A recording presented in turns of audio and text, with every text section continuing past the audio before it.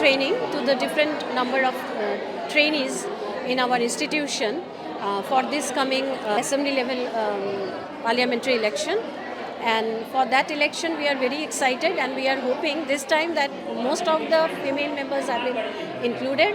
And we are very much excited, and we are hoping very well that maybe this time these female leaders or these female representatives will represent our district in a very fair way, so that we can conduct our election in a very fair and honest way. And it's a symbol of women empowerment that they are coming forward and they are trying to handle the situation with their efficiency, with their effort and with their sincerity. খুবই excited আমরা, কারণ অন্যবার এতজন মেয়েদেরকে আনা হয়নি এই কাজে। এবার আমাদের উপর আমাদের অ্যাডমিনিস্ট্রেশন ভরসা করেছে, হ্যাঁ, আমাদের উপর এত বড় একটা গুরু দায়িত্ব দিয়েছে।